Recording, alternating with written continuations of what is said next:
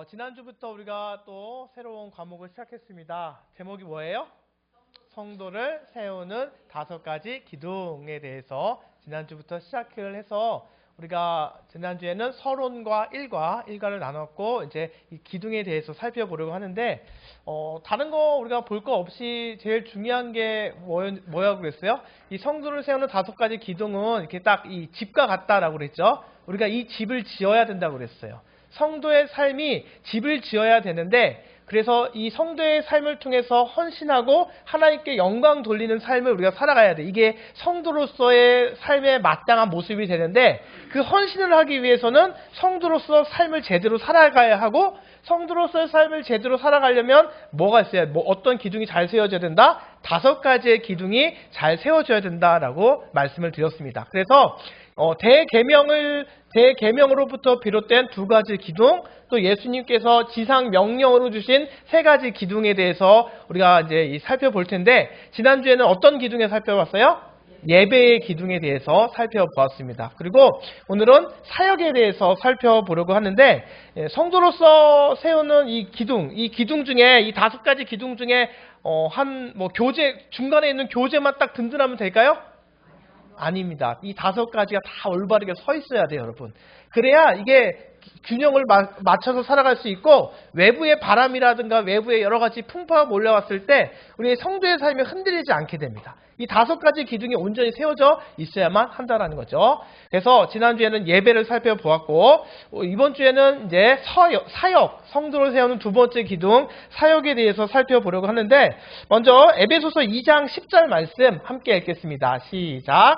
우리는 그가 만드신 바라 그리스도 예수 안에서 선한 일을 위하여 지으심을 받은 자니 이 일은 하나님이 전에 예비하사 우리로 그 가운데에서 행하게 하려 하심이니라. 아멘. 성경 공부하면서 참 많이 나왔던 이 구절 중에 하나인데 우리는 어떻게 됐다라는 거예요? 우리는 그가 어떻게 되었다? 만드신 바다. 근데 하나님께서 우리를 만드셨는데 왜 만드셨다? 뒤에 그리스도 예수 안에서 무슨 일을 위하여? 선한 일을 위하여 우리가 지으심을 받았고 하나님께서 우리를 만드셨다라는 거예요. 그러니까 지난번에 영적 성전 파노라마 할 때도 말씀을 드렸는데 여기서 만드셨다라는 단어는요 포임에서 오는 단어라고 얘기를 했어요. 그래서 우리를 만드셨는데 그냥 만드신 것이 아니라 우리를 어떻게 만드셨어요? 어떻게 만드셨다? 하나의 기대했었는데 하나의 걸작품으로 만들었다라고 말씀드렸죠. 기억나시죠? 우리는 하나님께서 정말로 사랑으로 하나님께서 은혜로 빚으신 걸작품이라는 거예요. 포이에마라는 단어가 그 걸작품이라는 단어를 갖고 있다라는 거예요. 그러니까 우리 한 분 한 분은 딱 옆에 봤을 때 별 볼일 없어 보이는 사람 있어요, 없어요? 없죠, 여러분? 있다고 할까봐 제가 빨리 대답했어요. 네. 오케이. 없죠? 그 모든 사람들, 설령 우리 눈에 봤을 때 별 볼 일 없는 사람이라 할지라도 그 모두를 하나님께서 어떻게 만드셨냐면 하나하나 당신의 손으로 예술품을 만들듯이 걸작품, 진품, 명품으로 우리를 만들어 주시고 삼아 주셨다라는 거예요. 여러분 이렇게 액세서리 좋아하실 텐데 액세서리 공장에서 나오는 기성품이 좋아요? 아니면 명인이 만든 이 수제 액세서리가 좋아요?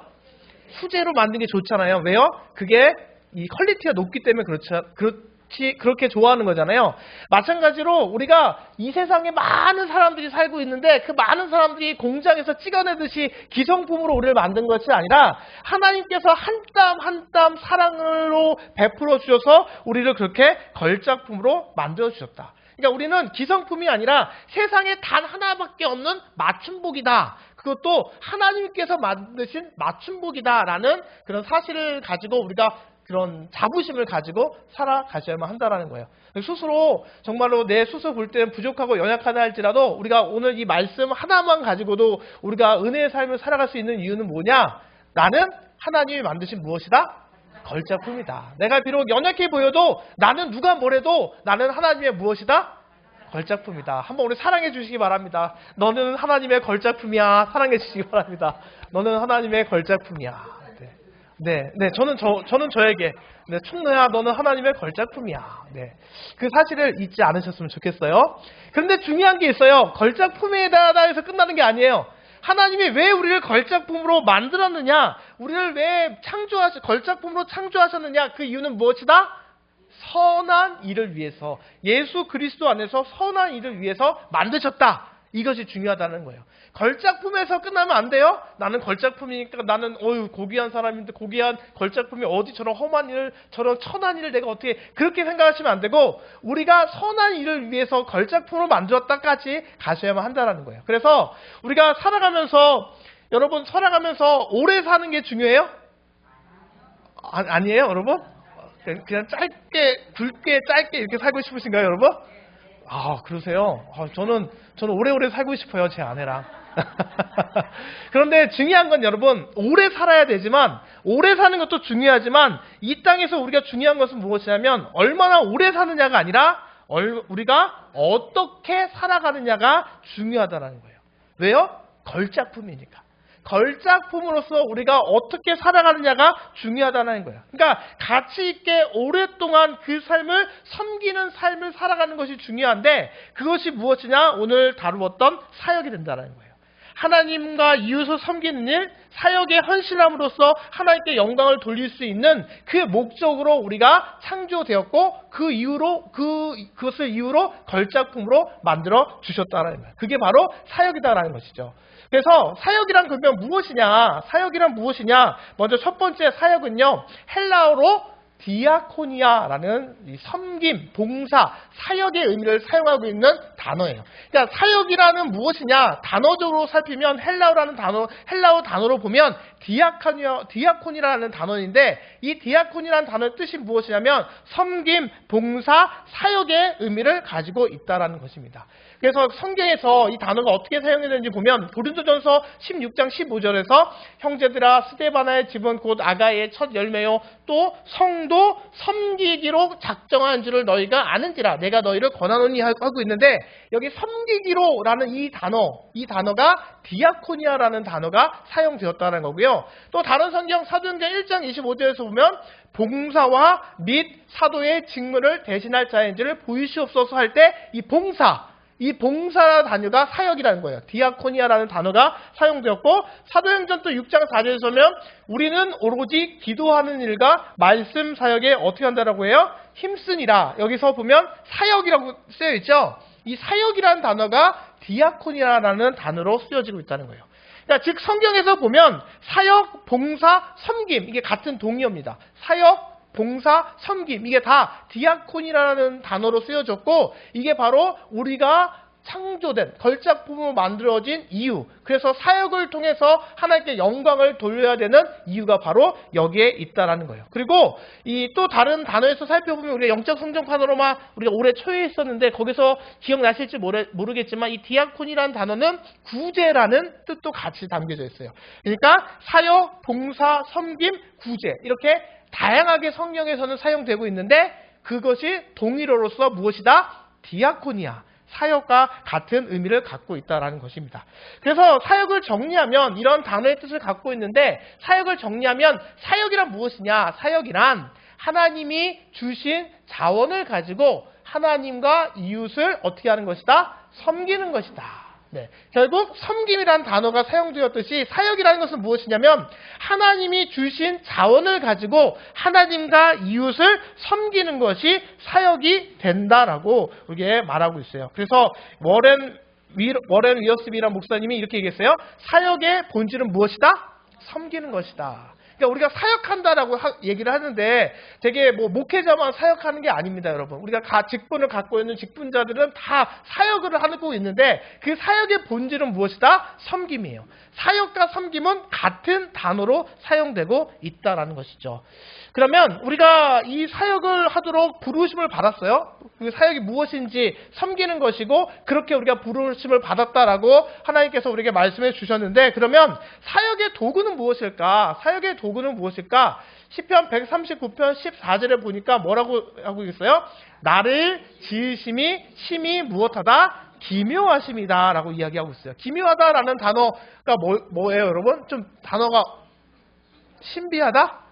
네, 신비하다? 그런 의미로 우리가 잘 이해하고 있는데, 좀 단어가 좀 어려운데 영어로 보면 되게 확실합니다. 영어로 보면 원더풀이라는 단어예요. 원더풀. 여러분, 원더풀 뭐 그런 느낌이에요. 아빠의 청춘에 나오잖아요. 아빠, 전 원더풀 단어만 하면 아빠 청춘이 딱 떠올라가지고, 네, 제가 차마 부를 수는 없지만, 이 기묘하십니다라는 것이 원더풀이라는 거예요. 그러니까 나를 지으심이 힘이 어떻게 하다? 원더풀이다라는 의미로서 이렇게 사용되고 있는데, 그러니까 사역의 도구는 무엇이냐면 우리 자신이라는 거예요. 나를 지으신 목적이 무엇이냐면 우리가 원더풀하게 사역할 수 있도록 만드셨다. 우리는 여러 가지 요소로 혼합된 존재인데 이를 쉽게 여러 가지 우리가 이 혼합된 것들을 사용하여서 정말 원더풀하게 이렇게 만드셨는데, 걸작품을 만드셨는데 그것들을 사용하여서 우리가 사역을 하셔야만 한다라는 거예요. 그래서 이것을 총 5가지로 구분해 볼 수가 있어요. shape란 단어 보이시죠? 앞에 SHAP 파란색 색칠한 거 보이시죠? 이 shape란 단어가 모습, 생김새라는 뜻이에요. 그러니까 하나님께서 우리를 원더풀하게 이렇게 잘생기게 만들었잖아요. 이렇게 잘생기게. 여러분들도 예쁘게 동일 안 하시는 느낌, 이거 뭐죠? 네. 여러분 계신 분들도 참 아름답게 쉐이프를 참 만드셨는데 이 5가지 요소가 이 쉐이프라는 겁니다. 그래서 스피리추얼 기프트, 영적 은사, 허트, 마음, 어빌리티, 능력, 퍼스널리티, 성격, 익스피리언스, 경험. 이 5가지가 조합이 되어서 우리가 이렇게 하나님께서 만드신 바 되는데 이 5가지를 통해서 사역을 감당할 수가 있게 된다는 거예요. 이해 가세요? 쉐이프란 단어, 우리의 생김새, 모습을 통해서 기묘하게, 원더풀하게 우리를 만드셨는데 영적 은사와 마음과 능력과 성격과 경험을 통해서 이것을 도구로 삼아서 우리가 사역을 감당하셔야만 한다는 것. 이것이 사역의 도구가 된다는 것이죠. 그래서 이 5가지를, 사역의 도구인 이 5가지를 살펴보면 첫 번째 영적 은사예요. 영적 은사는 뭐냐면 하나님은 어떻게 됐다? 모든 성도에게 사역, 섬김을 위해서 무엇을 주셨다? 영적 은사를 주셨다라는 거예요. 그러니까 이 5가지가, 이 사역의 도구 5가지가 어떻게 쓰이게 되느냐? 첫 번째 영적 은사라는 이 도구는 모든 성도에게 이 영적 사역을 위해서 은사를 주셨다는 거예요. 하나님께서 예수 그리스도를 믿은 성도된 우리들에게 그 성도로서의 삶을 잘 살아갈 수 있도록 우리 각자에게 무엇을 주셨다? 은사를 주셨다는 거죠. 그래서 유명한 말씀이죠. 베드로전서 4장 10절 말씀. 각각 은사를 받은 대로 하나님이 여러 가지 은혜를 맡은 선한 청지기 같이 서로 봉사하라, 사역하라 라고 얘기하고 있죠. 선한 청지기 같이 사역하라. 무엇으로? 은사를 받은 대로 행해라 라고 이야기하고 있습니다. 이게 뭐예요? 베드로는 지금 성도된 우리들에게 무엇을 전제하고 있어요? 은사를 받았다라는 걸 전제하고 있어요. 근데 문제는 뭐예요? 우리가 몰라요. 내 은사가 뭔지를 몰라요. 내 은사가 뭔지를 모르는 사람이 너무나도 많이 있어요. 은사가 무엇인지 모르는 사람이 그러니까 그 은사를 분명히 주셨는데 하나님께서는 각각에게 은사를 받은 대로라고 이미 전제하고 있고, 우리가 주님을 믿고 있는 우리들은 다 은사가 있는데 은사를 무엇인지 모르는 사람이 너무나도 많이 있다라는 거예요. 그런데 중요한 건 뭐냐? 누구나 은사를 받았고요. 은사는요, 하나님이 주시는 선물이 된다라는 것을 우리가 꼭 기억하셔야 된대요. 그러니까 우리가 아무것도 아닌 것 같지만 우리 각자가 은사를 가지고 있다는 사실을 꼭 기억하셔야 된다는 겁니다. 에베소서 4장 11절로 12절 말씀에 그가 어떤 사람은 사도로, 어떤 사람은 선지자로, 어떤 사람은 복음 전하는 자로, 어떤 사람은 목사와 교사로 삼으셨으니 이는 성도를 온전하게 하여 봉사 일을 하게 하며 그리스도의 몸을 세우려 하심이다 라고 얘기하고 있죠. 그러니까 각자의 다 은사가 있어서 그리스도의 몸을 세운다는 게 뭐냐면 교회를 세우려 합니다라는 거예요. 우리 각자가 다 다른 은사가 있는데 그 은사를 통해서 교회의 몸된 교회를 우리가 세워나가는 것이 우리가 사역을 감당하는 모습이 된다. 목사만 하는 것이 아니라 누가 하는 것이다? 우리 모두 같이 주님의 몸된 교회를 세우는 것이 중요하다는 거예요. 그러니까 모든 성도는 자신에게 주어진 은사를 가지고 사역을 할 책임이 있다는 거예요. 이 사역을 외면해서는 안 된다는 거예요. 그 사역을 감당할 수 있도록 하나님께서 우리를 성도 삼아 주셨고 구원하여 주셨기 때문에 각자 맡은 바 역할이 다 다른데 이 각각 은사를 받은 대로 섬기는 삶을 반드시 살아가셔야만 한다. 그게 성도로서 사역을 통해 하나님께 영광을 돌릴 수 있다는 거예요. 그래서 은사라는 것은 하나님을 섬기기 위해 오직 믿는 사람들에게 주시는 특별한 능력이에요. 그러니까 믿지 않는 사람들에게 주시는 것이 아니라 믿는 사람들에게 하나님께서 선물로 주신 능력이 은사가 된다는 거죠. 성령의 은사는요, 그래서 노력으로 얻을 수 없고 어떻게 된다? 우리가 그것을 달라고 요청할 자격도 없어요. 그죠? 하나님께서 주시는 겁니다. 그러니까 그것을 우리가 발견하고 은사를 통해서 우리가 하나님께서 정하신 그 선물 은사를 주셨다면 그 은사를 통해서 우리가 하나님의 일을 감당하는 삶을 살아가야 되는 것이지 저 은사가 너무 좋아 보이는데 왜 나는 저 은사가 없을까 질투하거나 에휴 나 저 은사가 없으면 나 저거 아니면 안 해라고 우리가 외면해서는 안 된다는 거예요. 은사는 하나님께서 각자에게 주신 것이기 때문에 우월성이 있을까요? 없을까요? 있을까요? 없을까요? 하나님이 각자에게 주셨어요. 우월성이 없습니다. 다 각자 의미가 있어요. 각자. 왜 그런 거 있잖아요. 왜 나는 맨날 보이지도 않는 그 어두컴컴한 식당에서 저 부진을 이렇게 하는 분이 계시고 어떤 분들은 빛나는 조명 밑에서 많은 사람들 앞에서 막 기도하고 앞에서 이렇게 나서는 그런 거 보면 막 그런 거 좀 질투나고 좀 부러워하다가 시험 받는 분들이 있어요? 없어요? 우리 교회는 없나요? 네, 우리 교회는 없을 줄로 믿습니다. 근데 어느 교회는 다 있어요. 그럼 왜 그런다는 거예요? 은사에 대해서 우리가 잘못 이해하고 있기 때문이에요. 오해하고 있기 때문에 그렇다는 거예요. 각각 하나님께서 선물로 주신 은사이기 때문에 그 은사는 무엇이 좋고 나쁨이 없고 옳고 그름이 없고 하나님이 주신 선물이기 때문에 그 주신 것에 대해서 우리가 받은 것을 가지고 주의 몸을 세우는데 사용하셔야만 한다는 것입니다. 그래서 존 스토트 목사님이 이렇게 얘기했어요. 성령의 은사는 각 사람의 특성에 맞게 봉사할 수 있도록 하나님이 부어주신 재능이다라는 거예요. 따라서 하나님이 주신 것이기 때문에 다른 사람의 은사와 비교하고 시기하고 질투해서는 안 된다는 거예요. 그런데 고린도 교회는 그랬어요. 어떻게 했어요? 서로 간에 은사를 놓고 무엇이 높고 낮자라고 서로 간에 시기하고 질투했죠. 그래서 바울 사도에게 꾸중을 들었듯이 은사에 대해서는요, 내가 더 높고 낮음이 있는 것이 아니라 하나님께서 주신 은사이기 때문에 비교하거나 시기하거나 질투해서는 안 된다. 그리고 그 은사는 나에게만 주신, 나의 특성에 맞게 주신 그 은사이기 때문에 내게 주신 은사가 무엇인지 발견하고 발전시키고 사용하는 것이 하나님께서 우리에게 주신 은사, 그것이 주신 하나님의 뜻이 된다는 거예요. 그러니까 그것 때문에 우리가 정말 은사를 찾지도 못하고 은사를 받아 있음에도 사용하지 아니하고 발전시키지 아니하고 그렇게 되면 성도로서 온전히 기둥을 세우지 못하게 되고 하나님께 영광 돌리지 못하게 되고 그러면 하나님이 주시는 은혜의 삶을 자연스럽게 살아갈 수가 없게 된다는 것입니다. 그래서 그 데이비드 호킹이라는 분이요, 영적 은사에 대해서 5가지로 이렇게 분류를 했어요. 그래서 어떻게 했냐? 특별 은사가 있어요. 하나님의 사람을 세우기 위한 특별 은사. 사도, 예언자, 전도자, 목사, 교사. 이런 은사가 있고, 두 번째는 말의 은사.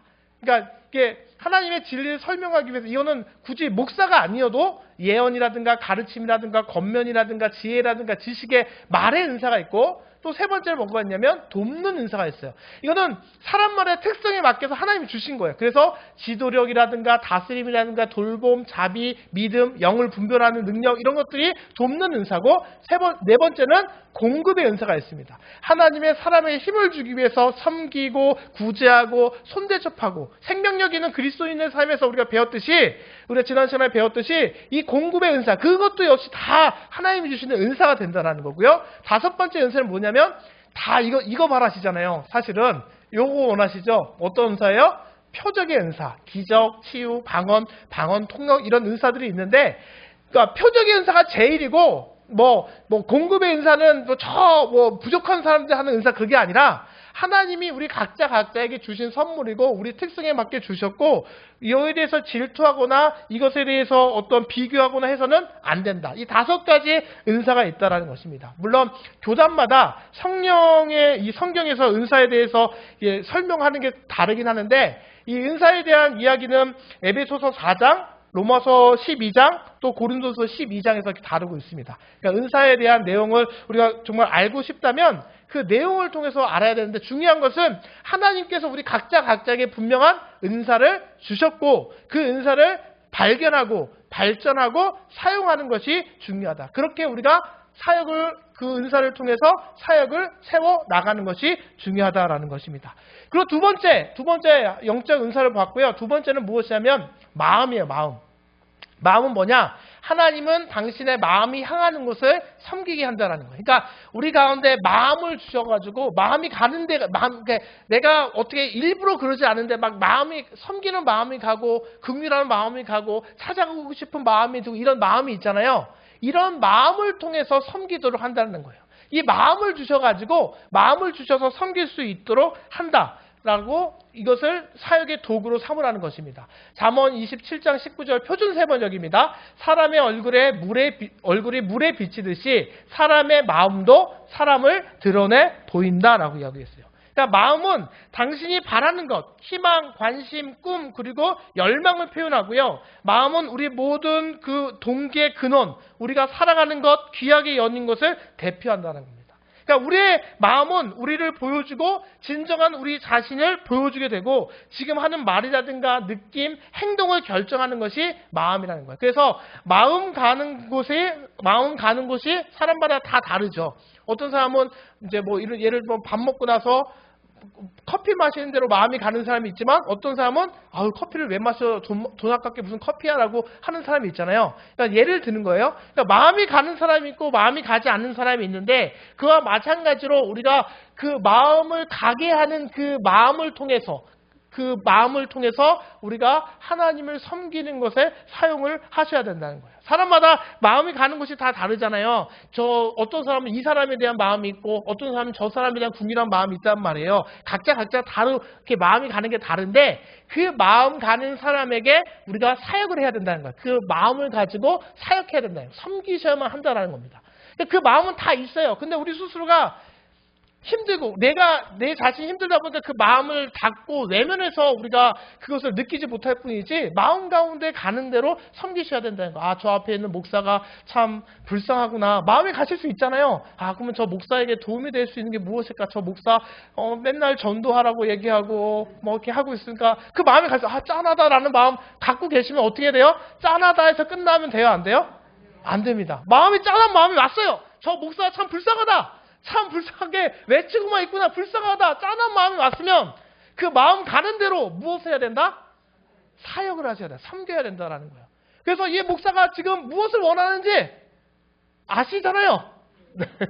그러면 내가 힘들고 어렵더라도 어떻게 해야 돼요? 귀찮더라도 해야 된다는 거예요. 섬기는 사역을 감당하셔야만 한다는 거예요. 그러니까 저한테 마음이 안 오시면 안 하셔도 돼요. 저한테 마음이 오시는 분만 하시라고요. 마음이 안 오시는 분은 안 하셔도 돼요. 다른 분한테 마음이 가실 수 있단 말이에요. 그 사람을 저 사람 한번 찾아가야 되는데 라는 마음이 들면요. 찾아가셔야 돼요. 찾아가야 되는데 이러는데 그냥 가만히 있으면은 그 사역의 도구로 사용하는 것이 못 된다라는 것. 그러니까 마음을 가는 곳을 통해서 우리가 사용하는 것이 중요하다라는. 사람마다 마음 가는 곳이 다르기 때문에 각자가 이렇게 그것을 세워나가는 것. 그래서 마음을 통해 사역을 감당할 수 있고요. 세 번째는 뭐예요? 어빌리티, 능력입니다. 하나님이 당신이 태어날 때 주신 능력을 사용하신다는 거예요. 앞에 은사랑 이 능력의 차이가 뭐냐면요. 은사는요, 예수 그리스도를 믿을 때 하나님께서 주신 것. 이게 은사고요. 능력은 무엇이라고 그래요? 태어날 때부터 예를 들면 운동신경 좋은 사람들 있잖아요. 운동신경 좋은 사람들이 있고 음악에 재능이 있는 사람들이 있고 글 쓰는데 재능이 있는 사람이 있잖아요. 그러니까 태어날 때부터 주어진 능력, 주어진 것, 이게 능력. 그러니까 은사와 능력은 이렇게 구분이 된다라는 거예요. 예를 들면 좋은 음성, 이거는 은사의 능력이에요? 좋은 음성. 목소리. 이거 뭘까요? 능력이죠, 능력. 좋은 음성. 제가 말씀드렸잖아요. 제가 죄송하기도 하고 그런 마음이 있냐면, 목소리 좋으신 목사님들 설교를 들으면, 그냥 설교 내용도 내용이지만 목소리 자체로 은혜 받는 교회가 있습니다, 여러분. 네. 너무 크게 말씀하시면 제가 뭐가 됩니까, 여러분? 네. 제가 옛날에 대학교 다닐 때, 배우 임동진 아시나요? 목소리 되게 좋으시잖아요. 그분이 이제 목사님 되셨잖아요. 채플 시간에 우리 학교 채플 시간에 이제 설교로 오신 거예요. 그분이 오셨는데 설교 내용은 하나도 기억이 안 나요. 하나도 기억이 안 나고 당연하죠. 지금 20년 전 얘기니까. 근데 지금도 그때 그 장면이 막 떠올라요. 그때 너무 은혜 받았던, 너무 제가 아무래도 목소리가 좀 이렇게 하이톤이다 보니까 조금 끄덕이신 분 봤습니다. 네, 하이톤이다 보니까 이게 좀 듣는데 이게 그런 게 어려움이 있잖아요. 그 목소리 좋은 분을 보면 그렇게 부러울 수가 없어요. 근데 어느 순간 저희가 이야기를 해주시더라고요. 목소리가 이 덕분에 졸 수가 없다라고 말씀하시더라고요. 이게 졸래야 졸 수가 없다. 이게 어떻게 보면 또 장점이지 않을까? 하나님께 사용하지 않을까라고 생각하는데, 그러니까 어찌됐건 간에 은사와 능력의 차이가 있는데, 이 능력을 통해서도 우리가 어떻게 해야 된다? 사역을 감당하고 섬길 수 있어야만 한다라는 것입니다. 그러니까 우리가 가진 능력이 주의 일을 위해 사용할 때 그것이 달란트가 되는 거예요. 그러니까 우리가 나를 위해 사용하면 그냥 내 능력에서 머물게 되지만 하나님을 위해 사역으로 감당하게 되면 어떻게 돼요? 그것이 우리의 능력이 되어서 사역을 감당하는 데 필요한 도구가 될 수 있다라는 것입니다. 그러니까 그것을 우리가 잘 사용할 수 있어야만 한다라는 거예요. 강의 안에 보면 실습 있죠? 실습 없나요? 실습 있죠? 보면 한번 써보시기 바랍니다. 한번 오른손 잡으시면 오른손으로 본인 이름 한번 써보시고 왼손 잡으시면 왼손으로 한번 이름을 한번 써보셨으면 좋겠어요. 한번 써보시고 반대편으로 한번 이름을 한번 써보세요. 네, 쓰고 계시나요? 네.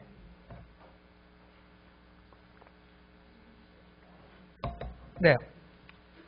이름 쓰는 거예요. 이름 쓰는 겁니다. 오른손으로 쓰시고 왼손으로 쓰시고 또 왼손 잡으신 분은 왼손으로 쓰시고 오른손으로 쓰시기 바랍니다. 네. 그러면 어때요, 여러분? 하나 보여주실 수 있어요? 보여주기 창피하시죠? 네. 원래 쓰는 그 이름과 잘 쓰지 않는 이름 한번 보시면요. 어떻게 해요? 잘 쓰지 않는 손으로 쓴 건 어때요? 형편없죠? 평생을 내 이름을 그렇게 많이 썼음에도 불구하고 형편이 없습니다. 그러니까 이게 능력을 가지고 이렇게 반응이 좋을 줄 몰랐어요. 네. 그러니까 능력이 있는 것과 능력이 없는 것을 가지고 사용했을 때 효율성이랑 기쁨도 달리 올 수밖에 없다라는 것입니다. 그러니까 하나님이 이렇게 반응이 좋을 줄 몰랐는데 이렇게 열심히 하실 줄 몰랐어요, 여러분. 네. 시간을 더 드려요? 아직 못 쓰신 분 계신가요? 다 쓰셨나요? 아직도 쓰시는 분이 계시는구나. 네. 네. 배우는 게 중요한 게 아니라 이게 더 중요하네요, 여러분. 네. 써보시기 바랍니다. 네. 그러니까 쓰지 않던 손으로 한번 써보시면 형편 없으시죠? 그 결과를 비교해 보시면, 그러니까 이게 차이가 있다라는 거예요. 자기에게 주신 것, 맞는 것을 사용해야지 능률도 오르고 효율성도 있고 뿌듯하니까 기쁨도 있다라는 거예요. 잘 쓰지 못하는 것으로 쓰다 보면 이건 지금 우리가 우스갯소리 다르네 이러지만 이거 가지고 평가한다고 생각해 보세요. 이러면은 짜증 엄청나잖아요. 나는 이거 안 되는 거 가지고 하려고 하다 보니까 얼마나 짜증나겠어요. 그죠? 그런 게 있다는, 그러니까 능력에 맞춰서 그 능력에 따라 그 하나님의 사역에 사용하는 것이 너무나도 중요하다라는 것을 우리들에게 말씀해 주고 있어요. 그러니까 나에게 주신 능력을 가지고 내가 잘하는 것을 가지고 어떻게 된다? 하나님께 영광 돌리는 사역의 도구로 삼으셔야만 한다라는 것입니다. 그리고 네 번째는 뭐가 있냐면, 사역의 도구가 뭐가 있냐면 성격이에요. 성격. 하나님은 우리 각자에게 주신 무엇을 사용하신다? 성격. 개성을 사용하시게 된다는 거예요. 고린도전서 12장 6절에서 보니까 또 사역은 여러 가지나 모든 것을 모든 사람 가운데에서 이루시는 무엇이다? 하나님은 같다라는 거예요. 그러니까 각자에게 주신 성격과 개성. 아직 글자 이름 쓰는 거에서 아직 안 넘어오셨어요? 네. 네. 이거에 이렇게 좋아하실 줄 몰랐네요. 네. 네. 근데 이거 제가 다른 데서 했을 때는 이거 이렇게까지 오래 가지 않았는데, 네. 다 쓰셨나요? 저 혼자만 지금 나가고 있었어요. 보니까 지금 다 아직도 그거 보고 계셨구나. 네. 능력은 그렇다는 거고요. 성격으로 가서 성격을 가지고도 하나님께서 사용하신다는 거예요. 그러니까 성격이 같은 사람이 있을까요? 없을까요? 76억, 80억 인구라고 얘기하는데 80억 인구 중에 성격 같은 사람은 아무도 없습니다. 내성적인 사람이 있는가 하면 외향적인 사람이 있고요. 똑같은 일을 반복적으로 하는 것을 좋아하는 사람이 있는가 하면 다양한 일을 계속해서 바꿔가면서 좋아하는 사람이 좋아하는 사람이 있고, 혼자서 일하기를 좋아하는 사람이 있는가 하면 여럿이 함께 일하기를 좋아하는 사람이 있죠. 또 생각하기를 좋아하는 사람이 있는가 하면 여럿이 함께 그 생각을 나누고 하는 느끼기를 좋아하는 사람이 있고요. 성격이 급한 사람이 있는가 하면 느긋한 사람이 있고요. 우유부단한 사람이 있는가 하면 결단력 있는 사람이 있고요. 한결같은 사람이 있는가 하면 변화무쌍한 사람이 있고, 철저한 사람이 있는가 하면 덜렁대는 사람이 있고요. 이게 사람들이 다 다양하다라는 거예요. 그러니까 이것이 좋고 나쁨을 말씀을 드린 게, 왜 덜렁거리다 이러면 되게 안 좋은 의미로 사용하지만요, 그게 다른 거지 틀린 게 아닌 겁니다. 덜렁거리면은요, 덜렁거리는 사람과 철저한 사람이 너무 철저하다 보면 살 수 있어요, 없어요?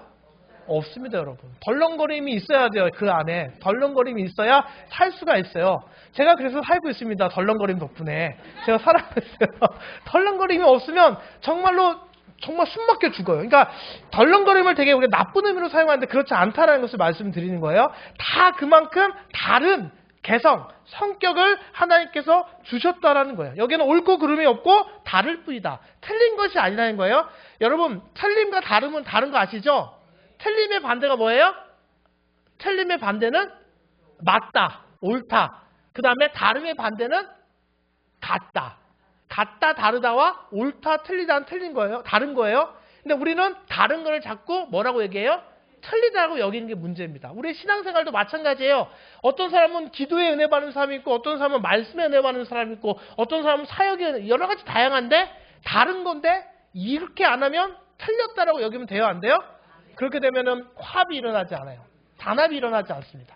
다양성 속에서 예수 그리스도라는 일치를 추구하고 살아가는 것이 중요하기 때문에 다 다르다라는 것을 우리가 인정하셔야만 한다는 거예요. 그래서 우리가 각자 다 다르기 때문에 하나님께서 우리 교회 일을 여러 가지 다른 일들을 섬길 수 있도록 해 주셨다라는 거예요. 그러니까 중요한 것은 다르기 때문에 균형을 맞춰서 각기 다른 성격을 통해서 맞는 능력에 맞춰서, 성격에 맞춰서 사역을 감당하는 것이 중요하다는 거예요. 그래서 우리 교회가 작다 보니까 일할 사람이 많지 않다 보니까 이거 하는 사람이 저것도 하고, 저거 하는 사람이 그것도 하고, 그것도 하는 사람이 이것도 하고 막 그러긴 하지만, 중요한 게 무엇이냐면 인상 좋은 사람, 사교적인 사람이 있을 거 아니에요. 그런 사람들은 되게 어떤 사역을 하면 될까요?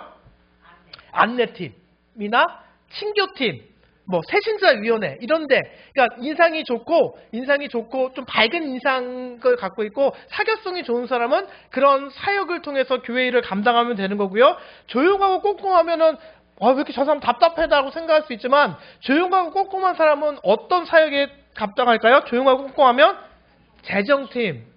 재정팀이라든가 방송팀이라든가 이런 데 있잖아요. 재정팀 같은 데서 막 밝고 덜렁거리는 사람이 있으면 돼요, 안 돼요?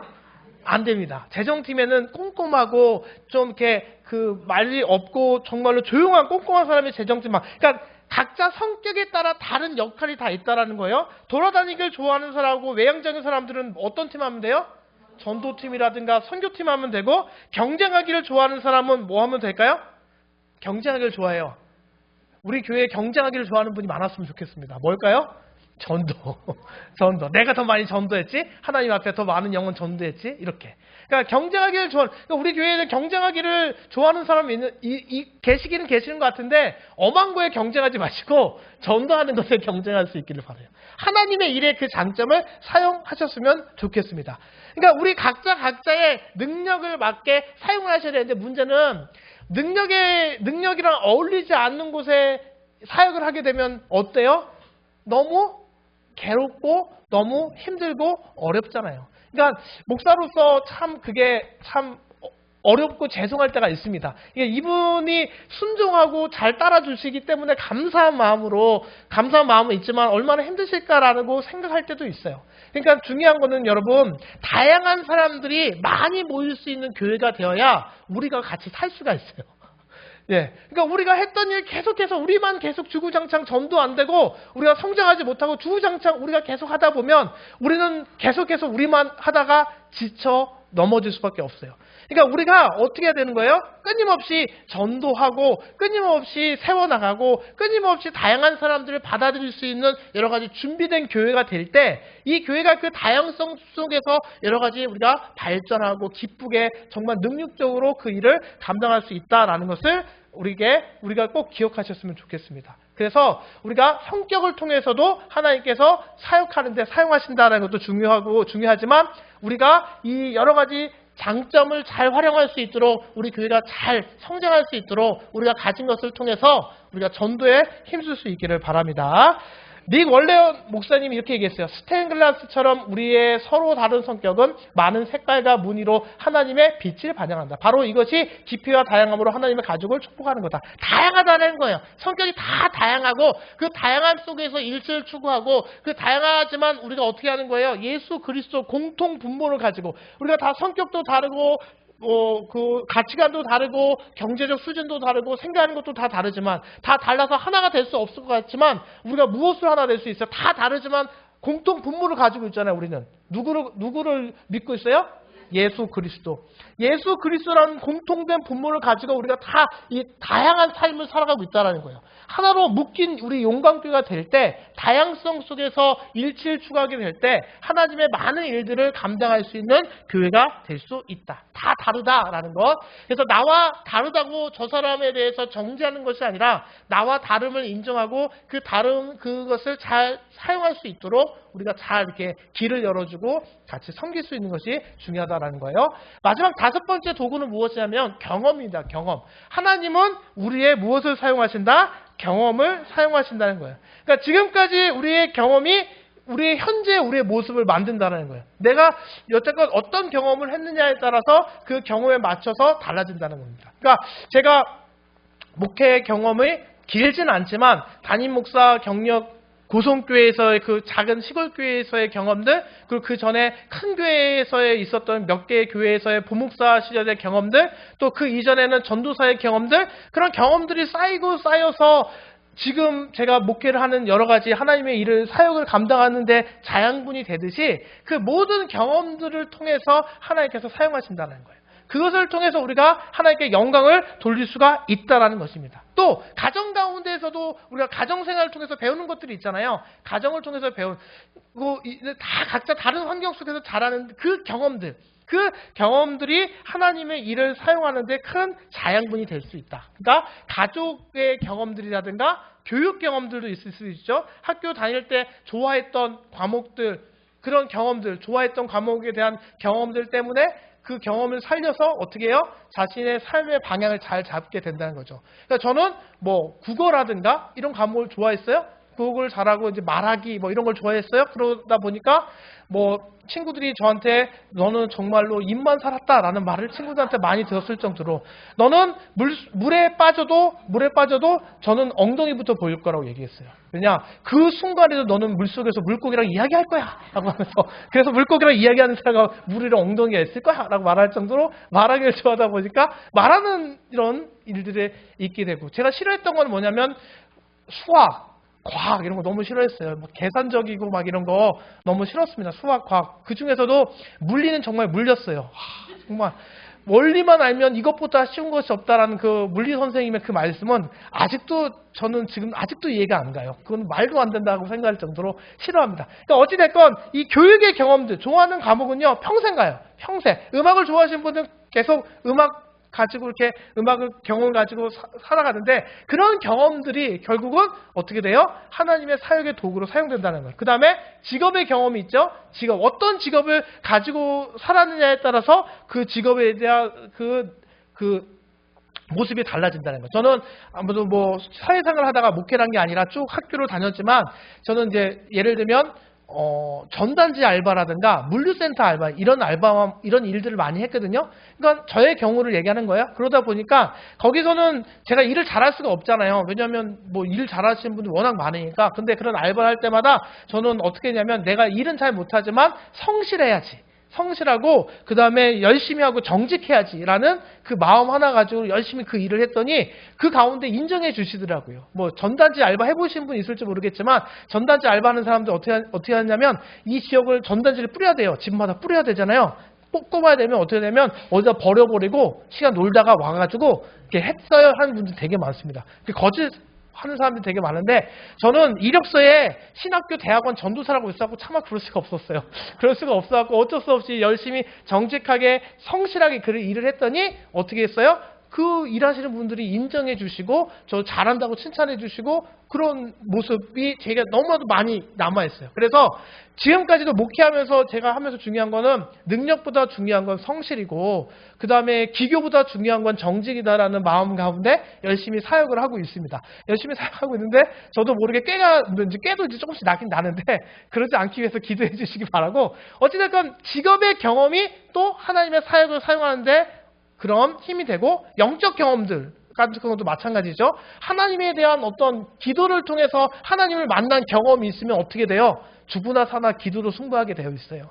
말씀 가운데 큰 은혜의 경험이 있으면 말씀 붙잡고 말씀을 파들어가고 말씀으로 그 하나님께 영광을 돌리는 삶을 살아가게 된다는 거죠. 사역의 경험들, 고통스러운 경험들까지도 많은 것들 이 경험을 통해서 하나님께 영광 돌리는 사역의 도구로 삼으시기 때문에 그 모든 것들, 쉐이프 이 5가지를 통해서 하나님께 사역, 섬기는데 우리가 힘쓰는 것이 중요하다. 그게 성도로서 세우는 두 번째 기둥이 된다는 것입니다. 고린도후서 1장 4절에 우리의 모든 환난 중에서 우리를 위로하사 우리로 하여금 하나님께 받는 위로로서 모든 환난 중에 있는 자들을 능히 위로하게 하시는 이로다라고 말씀하고 있죠. 위로로서라고 말씀하고 있어요. 그러니까 모든 것들이 결국은 그 일들이 결국은 하나님께 영광을 위한 사역의 도구가 된다라는 것을 우리가 기억하시고 어려움이 온다 할지라도 이 어려움을 잘 감당함을 통해서 여러분 정말로 큰 암이라든가 그런 암에 가지고 암에 대해서 암이라는 큰 병을 이긴 경험이 있어요. 그 고난의 경험이 있던 사람은 암 투병에 들어가는 사람들에게 어떻게 될 수 있어요? 실제적인 도움을 줄 수 있고 위로를 할 수 있죠. 그 순간은 내게 고통이었지만 이 고통을 통해서 어떻게 해요? 누군가에게 사역을 할 수 있는, 섬길 수 있는 기회가 된다라는 거죠.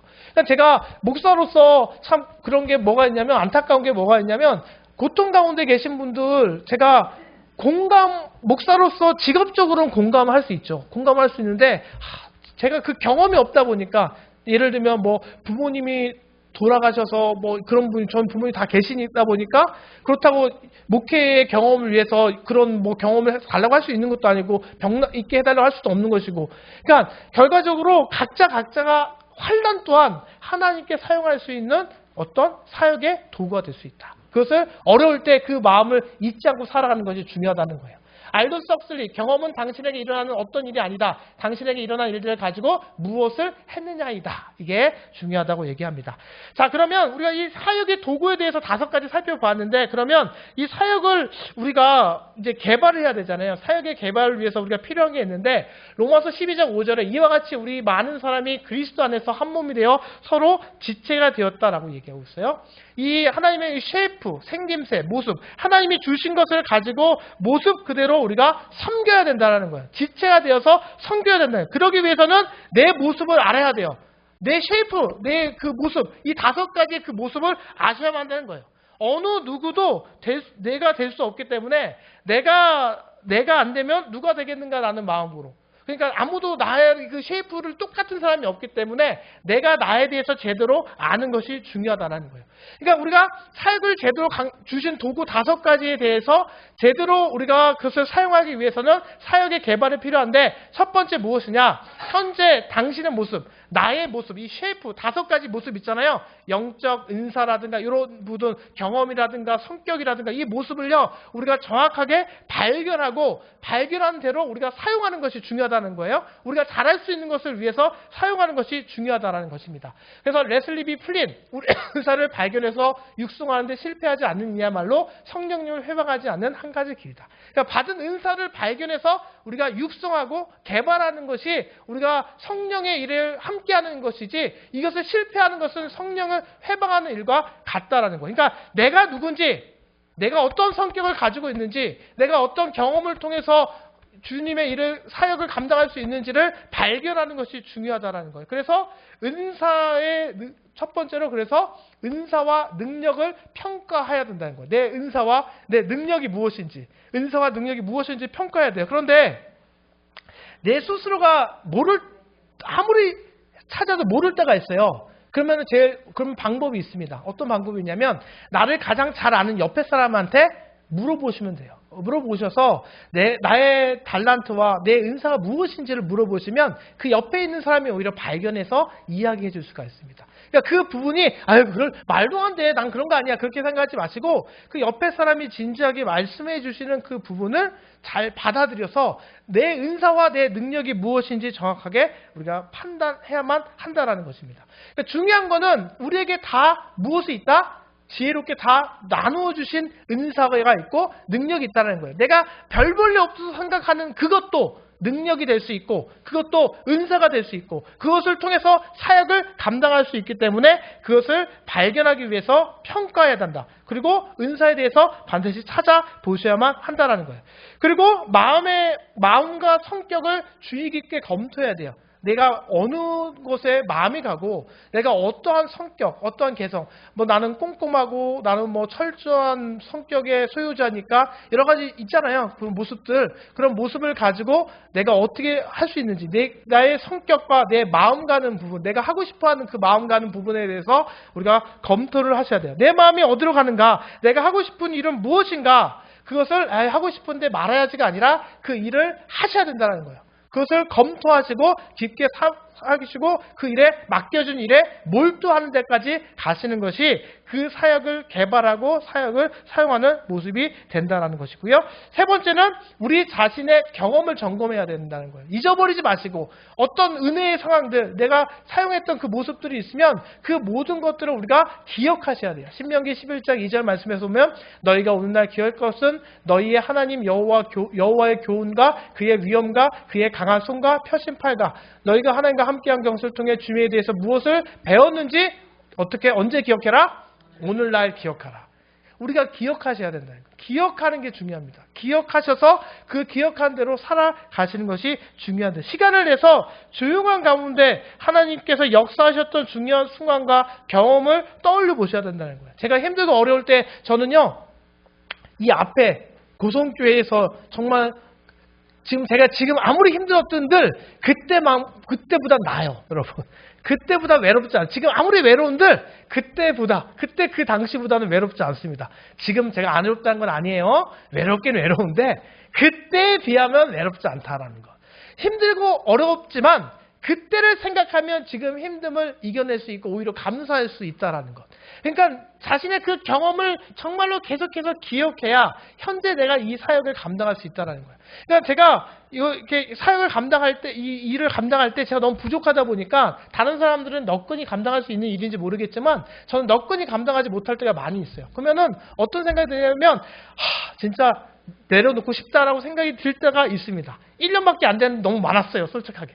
너무 많았는데 그때마다 고성교회 때 그때 그 교회에서의 기도했던 저의 모습을 생각하니까 그리고 그 기도 가운데 응답해 주셨던 하나님의 은혜를 생각하다 보니까 포기할 수 없게 되더라고요. 끝까지 감당해야겠다라는, 끝까지 정말로 계속해서 나아가겠다라는 결단과 생각을 주시더라고요. 그러니까 우리가 그것을 경험하고 끝까지 그것을 기억해서 현재 이 시간에 그것을 적용하고 발견하는 것이 중요하다. 그래서 우리가 사역을 감당하는 것이 중요하다는 거예요. 그러니까 근데 은사에 대해서 우리가 잘 모르시잖아요. 내 은사가 내가 어디가 장점이 있을까 모르시잖아요. 그래서 은사 테스트라는 게 있어요.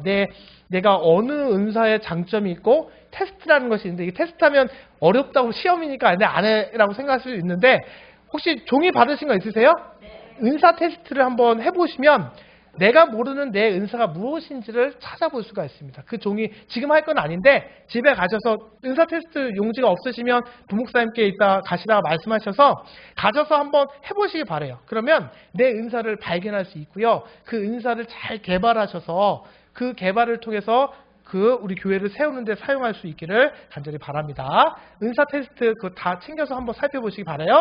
그리고 우리가 발견하였다면 어떻게 되냐면 두 번째로 자신의 현재 모습을 어떻게 돼요? 받아들여야 된다는 거예요. 왜요? 그것을 하나님께서 주셨기 때문에. 내가 왜 이런 상황 속에 내가 왜 이런 모습 가운데 있다라고 생각할 것이 아니라 그것을 받아들이고 그것을 사용하셔야 된다는 거예요. 그게 나의 사역, 나의 도구라는 생각을 우리가 잊지 아니하시고 사용하는 것이 중요하다라는 것. 그게 인간적으로 정말 별 볼일 없고 인간적으로 내가 내려놓을 것, 포기할 것이 많다 할지라도 하나님이 주셨기 때문에 하나님께서 나에게 원하시는 것이기 때문에 그것을 그대로 받아들이는 것이 중요하다는 거예요. 예를 들면 어떤 사람을 자꾸 마음이 가요. 어떤 사람 말 더럽게 안 들어요. 정말 100번 얘기도 안 들어요. 근데 그 사람한테 정말 마음이라도 안 가면 뭐예요? 신경이나 안 쓰겠는데 신경이 계속 쓰여. 외면하고 싶어도 신경이 계속 쓰여요. 그러면 어떻게 해야 돼요? 하나님 왜 나는 왜 나에게 하필이면 그 왼수 같은 사람에게 마음을 가는 이런 마음을 주시니까 발견했다면 어떻게 해요? 그냥 그래 내 십자가구나. 내가 받아들여야지. 하나님께서 나에게 원하시는 거구나 하고 싫어도 어려워도 받아들이고 그것을 사역을 감당하는 것. 그것이 중요하다는 거예요. 받아들이는 것이 중요하다. 이 사람아 내가 누구에게 감히 하나님께 반문하느냐. 지음을 받은 물건이 지은 자에게 어찌 나를 이같이 만들었냐 말하겠느냐. 하나님께 어떻게 말하겠냐 이거예요. 토기장이가 진흙 한 덩이로 하나는 귀 쓸 그릇을 하나는 천이 쓸 그릇을 만들 권한이 없느냐라고 얘기를 하듯이 우리에게는 권한이 없어요. 이유는 알 수 없지만 하나님께서 맡기셨다면 우리가 그것을 감당해야 되는 것이고 그 일을 우리가 감당할 수 있기 때문에 우리에게 그런 은혜의 자리를 주셨다라는 것입니다. 그래서 다시 한번 말씀드리지만 여러분 절대로 다른 사람과 비교하지 않기를 바라요. 비교하지 않기를 바라고 하나님께서 자신에게 주신 것에 대해서 만족하고 충성하시기 바랍니다. 우월감을 갖거나 비교감을 갖거나 열등감 갖지 마시고 나는 오로지 하나님께서 기뻐하시는 일, 하나님께서 나에게 그 시키신 일에만 최선을 다하겠다는 마음만 가지시고 그 일을 잘 감당하시면서 우리 주의 몸된 교회를 세우는 사역을 잘 감당하는 성도가 되시기를 주님의 이름으로 부탁을 드립니다. 세 번째는 뭐냐? 자신의 현재 모습을 지속적으로 어떻게 해야 된다? 개발해야만 한다라는 거예요. 개발해야 된다. 계속해서 개발하고 연구하고 사용할 수 있어야만 하나님 앞에 온전히 그 사역의 도구를 쓸 수가 있다라는 것입니다. 그래서 중요한 것은 너희 지식의 총명과 계속 자라가게 하라라고 얘기하고 있죠. 내 안에는 하나님의 은사에 날마다 새로운 불을 지펴라라고 얘기하고 있죠. 내가 갖고 있는 것도 나 이제 힘들어서 도저히 못하겠다라고 사역을 포기하지 마시고 여러분 이제 연말이 되니까 이제 뭔가 정리가 되겠다 싶어서 나 이제 이거 내려놓아야지 이거 안 해야 되지 이런 분도 분명히 계실 텐데 여러분 딱 오늘 하나님께서 이 말씀에 귀 기울이시기 바랍니다. 계속해서 자라가셔야 돼요. 멈춰서는 안 됩니다. 앞으로 나아가셔야 됩니다, 여러분. 네, 제가 누군가를 지칭하지는 않지만 여러분 그러니까 이런 부분들 정말 교회에 필요한 부분들을 정말로 목회자라든가 장로님들이란가 부탁을 하시면 하나님께서 부탁을 했구나 라는 마음으로 너무 인간적인가요 여러분? 네, 잘 사용하셨으면 좋겠어요. 교회를 세울 수 있는 그런 모습. 그러니까 지속적으로 개발해야 돼. 멈춰서는 안 된다는 거예요. 주님 부르시는 그날까지 사용하시는 것이 중요하다라는 것입니다. 앞으로 나아가라. 개인적인 성취감을 이루는데 앞으로 나아가라. 은사와 은혜를 받는데 앞으로 나아가라. 일을 잘 수행하는데 앞으로 나아가라. 그리스도의 형상을 담는데 앞으로 나아가라 라고 얘기했죠. 가만히 있지 말라는 거예요. 제가 지난주 설교에도 말씀드렸고 지지난주 설교에도 말씀드렸지만 생명력이 있다는 것은 성자하고 성숙이 있는 거예요. 앞으로 나아가는 겁니다. 멈춰있는 것은 생명력이 있는 거예요. 멈춰있거나 성장이 없으면 생명력이 있는 게 아니에요. 그 생명력이 없는 믿음 가운데 하나님의 능력과 하나님의 은혜가 임할 수가 없습니다. 앞으로 나아가야지 뒤로 물러가거나 그 자리에 주저하는 신앙은요 살아있는 신앙이 아니기 때문에 생명이 없는 신앙이기 때문에 그 자리에는 하나님의 은혜와 하나님의 사랑과 하나님의 능력이 임할 수가 없습니다. 그러니까 우리가 앞으로 나아가셔야 된다는 거예요. 사역의 도구를 가지고 앞으로 나아가시고 하나님을 위해 사역을 하셔서 이 기둥을 세워 나가셔야만 하나님께 헌신하셔야만 하나님께 영광을 돌리셔야만 영화로움의 은혜가 우리의 은혜가 된다는 이 사실 꼭 기억하셨으면 좋겠습니다. 네, 마지막으로 그러면 사역자는 이런 사역의 도구를 가지고 이 사역을 잘 개발해야 되는데 이 개발한 사역을 가지고 우리가 어떤 자세를 가지어야 하는가? 첫 번째는요. 섬기는 어떤 마음이 있어야 된다? 종의 마음이 있으셔야만 한다는 거예요. 그러니까 섬기는 종으로서의 마음. 그러니까 사역을 개발해서 나의 모습도 중요하지만 사역의 성숙과 풍성한 열매를 위해서는요. 우리가 어떻게 돼요? 순종하는 마음. 종으로서 하나님의 말씀에 따르는 그런 종의 마음이 있어야 된다는 거예요. 섬기는 종의 마음은 예수님의 사역 속에서 발견되고요. 사역 가운데 나타나게 되고요. 그 섬기는 그 예수님의 그 종의 모습을 우리가 배워서 정말로 내가 정말로 욱하는 것들, 내가 정말로 판단하는 마음들, 불평하는 생각들 올라온다 할지라도 나는 주인이 아니지. 나는 종이지. 나는 이것까지도 하나님 앞에 내려놔야지라는 그런 마음으로 우리가 사역을 감당하셔야 된다. 하나님은 더 많은 스타가 아닌 더 많은 무엇을 찾으신다? 종을 찾으신다. 다 스타가 되면 어떻게 하겠어요, 여러분? 종이 있어야 스타가 있는 거예요. 그러니까 하나님께서 그런데 종을 더 찾고 계시다라는 거예요. 그래서 섬기는 종이 되어야 되는데 섬기는 종의 모든 누구다? 예수님이 되신다라는 거예요. 예수님이 뭐라고 말씀하시고 어떤 그 본을 보여주셨어요? 너희 중에 누구든지 으뜸이 되고자 하는 자는 너희의 종이 되어야 하리라. 인자가 온 것은 섬김을 받으려 함이 아니라 도리어 섬기려 하고 자기 목숨을 많은 사람의 대속물로 주려 합니다라고 얘기하고 있죠. 예수님이 이 땅에 오신 것은요, 섬기기 위해서, 그것도 그냥 섬기는 것이 아니라 자신의 생명까지도 섬기기 위해 오셨다. 우리도 예수님의 그 모습을 본받아서 섬기는 삶을 살아가셔야만 한다는 것입니다. 리처드 포스터가 섬김은 윤리의 규정이 아니라 생활의 방식이다라고 얘기했어요. 그러니까 그런 생활 속의 방식 가운데 우리가 그 섬김의 삶, 사역을 감당해야 된다는 거예요. 그래서 섬기는 종은 그의 주인에게 자신을 내어주며 순종한다라는 것입니다. 그렇죠? 그래서 우리가 지난주에도 살펴봤듯이 병사로 복무한 자는 자기 생활에 얽매이는 자가 하나도 없나니 이는 병사로 모집한 자를 기쁘게 하려 함이다라고 있죠. 군대에서는 여러분 병사들이 자기 멋대로 할 수 있어요, 없어요? 명령에 정말 그거는 안 됩니다 해요, 안 해요? 올바른 군사라면 명령에는 복종밖에 없어요. 순종밖에 없습니다. 그러니까 하나님의 말씀에 정말로 병사로서 분명 그리스도 안에서의 병사로서의 삶을 살아가시고 주인에게 우리 자신까지 내어주면서 우리가 살아가는 것이 중요하다. 불편하더라도 주님께서 꼭 필요한 일이라면 내가 감당하리라는 그런 종의 모습으로 그 일을 감당하셔야 된다는 거고요. 또 두 번째 섬기는 종은 다른 사람의 무엇을 돌본다? 필요를 돌아본다라는 것입니다. 그러니까 내 일만 돌보는 것이 아니라 다른 사람의 필요도 함께 돌보는 것이 종으로서의 그 모습이 된다라는 거예요. 필요를 여러 가지 도움이 필요한 사람이 많이 있어요. 그런 섬기는 종으로서 그 필요를 돌아볼 수 있는 모습이 필요하다. 빌립보서 2장 4절에 각자 자기 일을 돌볼 뿐 아니라 또한 각각 다른 사람들의 일을 돌보라라고 말씀했듯이 시간과 마음과 물질을 들여서 섬길 때 여유로 남게 되는 것만 가지고만 하는 것이 아니라 필요를 채우듯이 남의 필요를 중요시 여길 수 있는, 그러니까 내 것이 정말로 이게 움켜진 손이 아니라 펼쳐진 손이 되어서 섬김의 삶을 살아가는 것, 남의 필요를 채우는 것이 너무나도 중요하다는 거고요. 세 번째, 섬기는 종은 어떤 의식을 가져야 되느냐? 청지기 의식을 가지고 섬겨야 된다라는 거예요.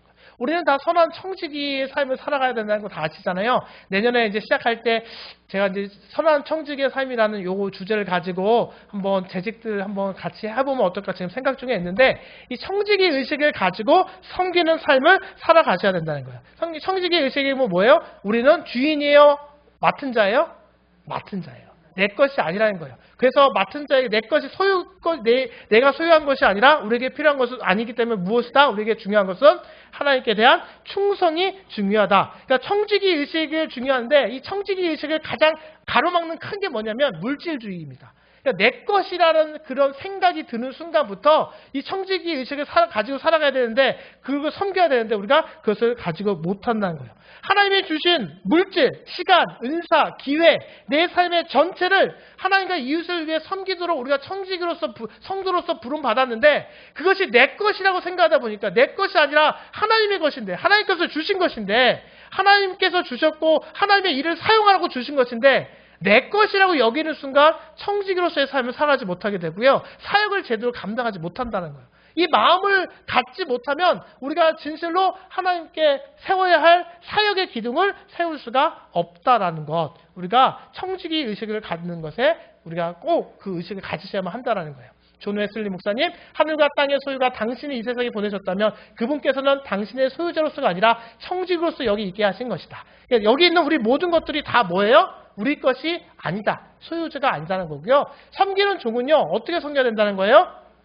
억지로 막 이렇게 인상 쓰면서 이렇게 섬기면 안 되고요. 어떻게 된다? 기쁨으로 섬겨야만 한다는 거예요. 할 수 없이 누가 시켜서 마지못해서 하는 사람은요, 기쁨이 없어요. 내가 생각지 못하는 일 가운데 갑자기 내가 사역을 감당하는 상황 속에서라도 하나님께 기쁨으로 감당할 때, 기쁨으로 나아갈 때 그것을 온전히 사역을 감당할 수 있게 된다는 거예요. 기쁨으로 여호와를 섬기며 노래하면서 그의 앞에 나아갈지어다 라고 얘기하고 있죠. 나아갈지라. 기쁨으로 여호와를 섬기면서 나아갈지어다라고 얘기하고 있고요. 로마서 말씀에서 보면 나로 하나님의 뜻을 따라 기쁨으로 너에게 나아가 너희와 함께 편히 쉬게 하라라고 이야기하고 있습니다. 그래서 기쁨은 하나님이 우리 안에 있게 하는 울림의 메아리다. 그러니까 우리가 기뻐야 우리 안에 계시는 울림에 하나님이 계시는 메아리가 난다라는 거예요. 그러니까 기쁘게 고난 가운데에서도 우리가 그것을 고난 가운데 기쁠 수는 없지만 기쁘게 어떻게 하라고 그랬어요? 믿음의 테스트에서 기쁘게 여겨라 라고 말씀했죠. 책 다 찾아보시면 있습니다. 그런 마음 가운데 우리가 사역을 감당할 수 있어야 돼요. 힘들고 어렵죠. 냄새나는 일을 해야 될 경우도 생기겠죠. 내 자존심 내려놓을 때도 있죠. 내가 정말 아끼는 물질을 포기할 때도 있겠죠. 그런데 그것을 기쁠 수가 없지만 기쁨으로 여기고 청지기로서의 사역을 감당하실 때 그 사역을 감당함을 통해 하나님께서 우리에게 주시는 더 큰 은혜가 있다라는 사실을 우리가 기억하셔야만 한다라는 거예요. 그리고 섬기는 종은 어떤 마음을 가져야 되느냐? 타인과 비교하지 않고 자신의 역할에 집중하셔야만 한다라는 거예요. 우리에게 주신 은혜가 받은 은사가 틀리다 그랬어요? 각각? 다르다고 그랬습니다. 그러니까 제발 여러분 정말로 비교하지 마시고요. 정말로 자신의 일에만 집중하시기 바랍니다. 내 일을 집중하다 보면요. 다른 거 보여요? 안 보여요? 안 보여요. 내 거 열심히 안 하니까 다른 사람 거 이렇게 돌보는 거지. 여러분 목회 생활도 마찬가지인 것 같아요. 막 이렇게 목회하다 보면 저 목사님은 참 잘 되고 저 목사 이렇게 이런 분들 보게 되면 제 주변에 보게 되면요. 그렇게 죄송하지만 그렇게 열심히 하진 않으세요. 그렇게 열심히 하진 않으시고 열심히 하는 사람들은 뭐 누가 뭐라고 하든 하나님과의 관계에서 최선을 다하기 때문에 그 일에 집중하기 때문에 다른 데 볼 겨를이 없다 보니까 열심히 사역만 감당하게 되고요. 그 사역의 열매가 있든지 없든지 하나님께서 그 사역을 기쁘게 받으시면 그것으로 족하는 것이 되기 때문에 그 목회자뿐만이 아니라 우리도 마찬가지예요. 우리가 불평이 생기고 비교하게 되고 불만이 생긴다는 것은요. 내가 사역에 집중하지 못하기 때문에 그렇다라는 것. 그렇다는 것을 우리가 이렇게 참 기억하셨으면 좋겠어요. 바람 피우는 남자들, 바람 피우는 여자들 왜 바람 피워요? 상대방 그 배우자에게 집중하지 못하니까. 집중하게 되면 다른 게 들어올 리가 없잖아요. 마찬가지입니다. 우리의 사역도 그렇게 내 일에 집중하셔서 어린아이처럼 비교하거나 뭐 이렇게 그런 마음 갖지 마시고 그 일에 오직 하나님만 바라보시고 집중하시기를 바라고요. 그리고 섬기는 종은 그러면 어떻게 해야 되느냐? 마지막이 아니면 섬기는 종은 겸손해야 된다. 당연하죠. 종은 당연히 겸손하게 일을 감당해야 된다는 거예요. 그러니까 자신을 드러내지 아니하고 주의를 끌려고 노력하지도 않고 알아주지 않는다 할지라도 열심히 겸손하게 종으로서 그 일을 감당하는 것이 중요하다라는 겁니다. 마지막으로 그러면 뭐가 있냐? 섬기는 종은요. 맡겨진 일에 어떻게 해야 되느냐? 최선을 다하셔야 된다.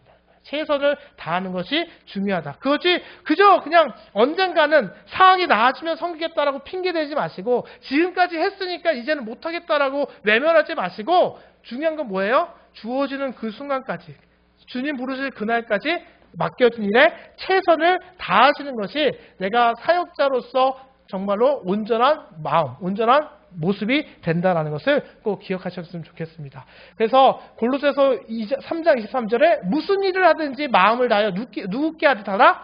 주께 하듯 하라. 무슨 일을 하든지 다 주님께 하는 마음으로 겸손하게 최선을 다하셔야만 한다는 거예요. 이것이 바로 우리가 성도로서 세워야 할 두 번째 기둥인 사역의 기둥이 된다라는 것입니다. 네, 이제 여기 앞에 뒷페이지 보면 적용 부분이 쭉 있을 텐데요. 적용 부분은 집에서 한번 살펴보시고 또 은사 테스트 꼭 한번 살펴보셔서 은사 테스트 어려우시면 목회자 오셔서 한번 보시고 또 그 답지에 나왔으면 한번 가지고 오셔서 저랑 한번 이야기 한번 해보시고 어떤 사역에 갈지 우리가 한번 또 청사진을 한번 같이 찾아봤으면 좋겠습니다. 그런 마음 가운데 성도로서 이 사역의 이 기둥을 잘 세우시는 우리 용감교회 모든 성도님들 되시기를 주님의 이름으로 간절히 부탁을 드립니다.